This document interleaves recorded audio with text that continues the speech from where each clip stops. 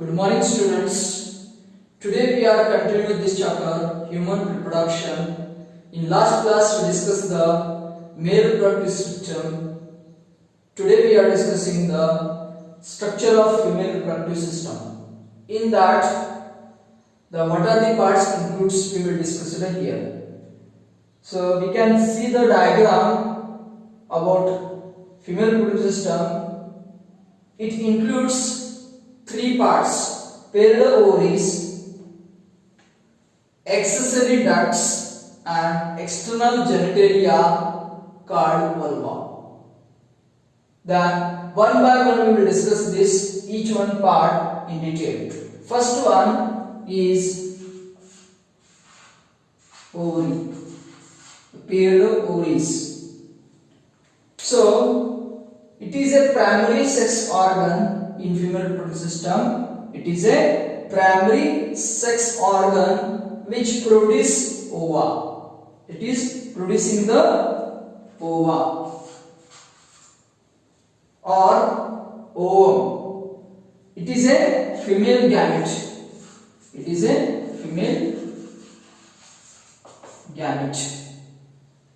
And along with that, it also produces steroid ovarian hormones such as estrogen and progesterone.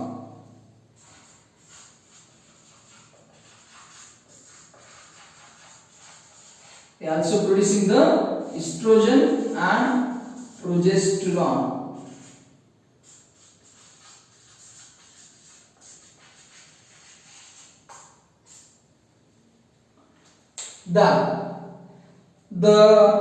Each ovary is 2 to 4 centimeter in length. They are located, so these ovaries are located at the both sides of lower abdomen and connected to the pelvic wall and uterus by ligaments. These are the ligaments. So it is connected with the two parts. One is pelvic wall, that is backside is represent, and the uterus. It is connected by a ligaments on both sides. So this is about the structure of the ovary. Then each ovary is covered by epithelial tissues which encloses by ovarian stroma. The epithelial tissues are present over the ovary. Within that, they encloses by a ovarian stroma. The stroma has outer cortex and inner medulla. Means the stroma, that is the granular structure present within the ovary, that is having they are divided into two parts. One is outer one, which is present here to the epithelial tissues, epithelial layer, outer layer, and another one will the centrally located, that is the inner medulla. Now the ovary contains many follicular cells. There contains the many group of cells called as follicle cells. They are called as follicles. So these follicles carries a centrally located or centrally placed ovum. So these follicle cells which are present within we will discuss later the structure of ovary. At that time we can discuss the detail of this ovary structure. Within the ovary there is a group of cells present. That group of cells is called as the follicle cells, and these follicle cells carries a centrally placed ovum. Next we discuss the second part, that is the accessory ducts.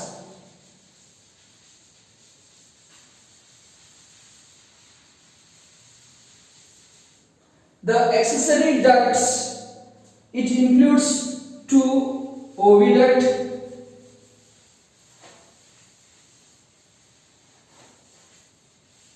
so accessory, second part, the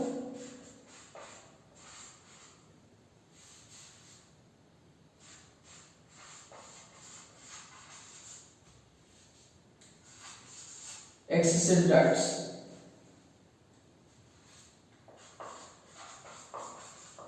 So the accessory ducts, as we studied in the male reproductive system, here also the accessory ducts are present. The accessory ducts includes a paired fallopian tubes or the oviduct. Oviduct is also called as the fallopian tube. Fallopian tube or oviduct. So the accessory ducts includes three parts. One is the paired oviduct or the fallopian tube, and the uterus and a vagina. So there are three parts present. One is the oviduct, which are in pairs. It is also called as fallopian tube. Second is the uterus. It is also called as womb. And third one is the third one is the vagina. Third one is the vagina. So accessory ducts are divided into three parts. Oviduct, these are in pairs, which are also called as fallopian tube. Second is the uterus, also called as womb, and third part is the vagina. These are the three accessory ducts are present in the female reproductive system. So in that accessory ducts, in one by one we will discuss the first one, oviduct. What is oviduct? So the oviduct is 10 to 12 centimeter in length. So each oviduct is 10 to 12 centimeter in long or the length. These includes three parts. So oviduct is about 10 to 12 centimeter in long and it includes three parts. What are those? We will discuss. The first part is the infundibulum. First part is the infundibulum, a funnel-shaped structure. It is a funnel-shaped structure provided with many finger-like projections. So, infundibulum, it is a first part present in fallopian tube, which is a funnel-shaped. As you know that funnel-shaped, how it looks like. The funnel, looks like this. The funnel-shaped structure. This funnel-shaped structure provided with many finger-like projections. These are the finger-like projections called as fimbriae.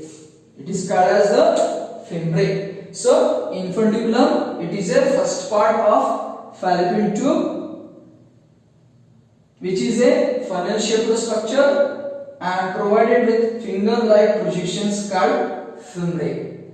It is helpful to collect the ovum released from the ovary. So it is helpful for the collections of ovum from the ovary and pass to the uterus. So this is about the infundibulum. Second part is the ampulla. Second part is the ampulla. Ampulla is the part which is a wider one. The wider part of fallopian tube is called as ampulla.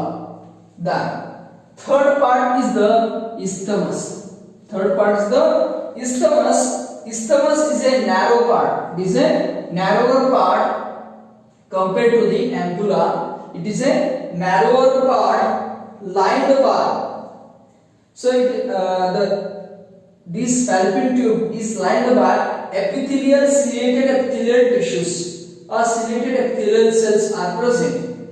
So this isthmus is connected with uterus, and this complete fallopian tube is lined by the ciliated epithelial tissues or ciliated epithelial cells, which helpful for the to drive the ovum from the oviduct. It drives the ovum to the uterus easily. So the ovum which is released from the ovary, which is collected by infundibulum and femore, pass towards the other parts of fallopian tube or oviduct. In that, isthmus and ampulla infundibulum, these three parts are lined by epithelial cells, that is ciliated epithelial cells, which drives the ovum towards the uterus. This is the functions of the fallopian tube cells. Then next part is the uterus, or it is also called as womb.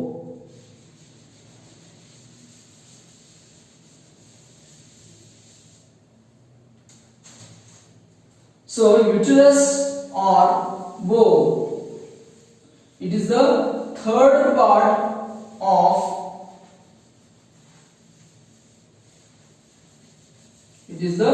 second part of the accessory ducts. Second part of accessory ducts, that is the uterus, or it is also called as womb. So accessory ducts are divided to three parts: oviduct, uterus or womb, and third part is the vagina. In that, second part is the uterus. It is inverted in positions. It is present in the inverted form. So inverted pear shaped. Pear shaped means like this. So pear shaped. So like a funnel shaped only. So the uterus is the inverted pear-shaped structure. It is supported by ligaments. It is supported by ligaments attached to the pelvic walls. So uterus is also attached to the pelvic walls with the help of the ligaments. Okay, then uterus has three parts. Uterus has the three parts. First part, upper part is the uterine fundus. The middle part is the body, uterus body, and third terminal part is the cervix. So the uterus has three parts: upper fundus, middle body, and terminal is the cervix. The cervix is terminally present, which are opens into vagina.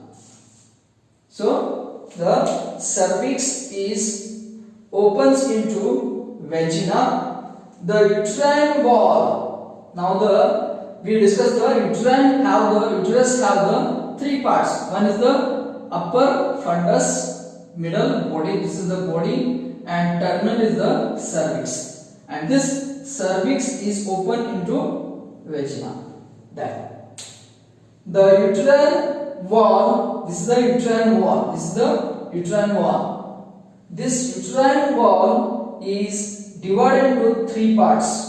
The upper perimetrium, that is the external thin layer. It is a external thin membrane which is the perimetrium, and the middle, which is the thick one, which is made up by the smooth muscle, that is myometrium. So second layer is the thick layer, which is thick, made up by smooth muscles, that is present in the middle one. So thick, it is a thick no. You can see with the help of diagram, the thick layer is present, which is present in the middle portion and which is made up of a smooth muscle.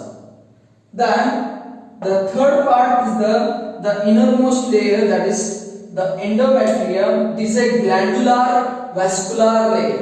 It is a glandular vascular layer present inside the uterus, which is covered by a uterine cavity. Which is covered by a uterine cavity. So these are the what we call the structure of the part that is uterus on womb. Now this uterus is having the three parts: fundus, body, cervix is the terminal part. The cervix is opens into vagina. Then the uterine walls are divided into three layers. That is the outer thin layer called as perimetrium, the middle thick layer called as myometrium, made up by smooth muscles. Then the innermost layer, that is called as endometrium. It is a glandular and vascular in structure, and it contains the uterine cavity. Okay, so this is about the structure of the uterus. Now we discuss the another part which is present in the accessory ducts, that is vagina. That is third part is the vagina.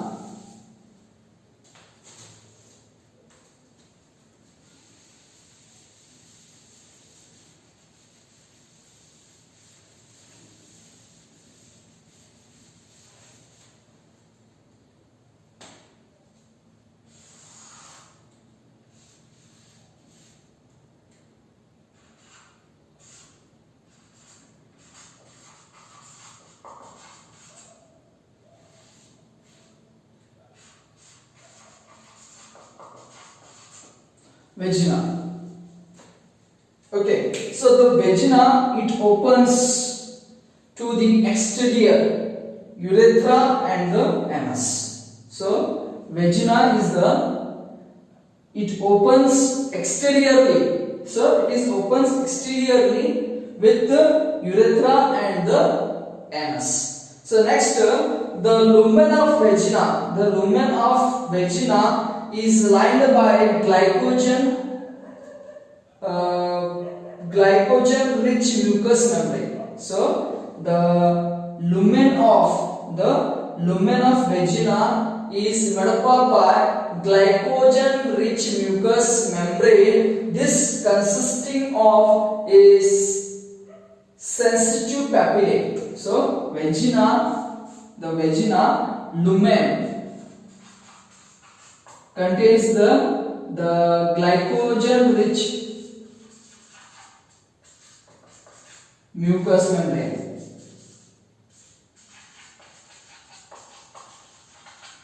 So this glycogen rich mucous membrane containing the sensitive papillae,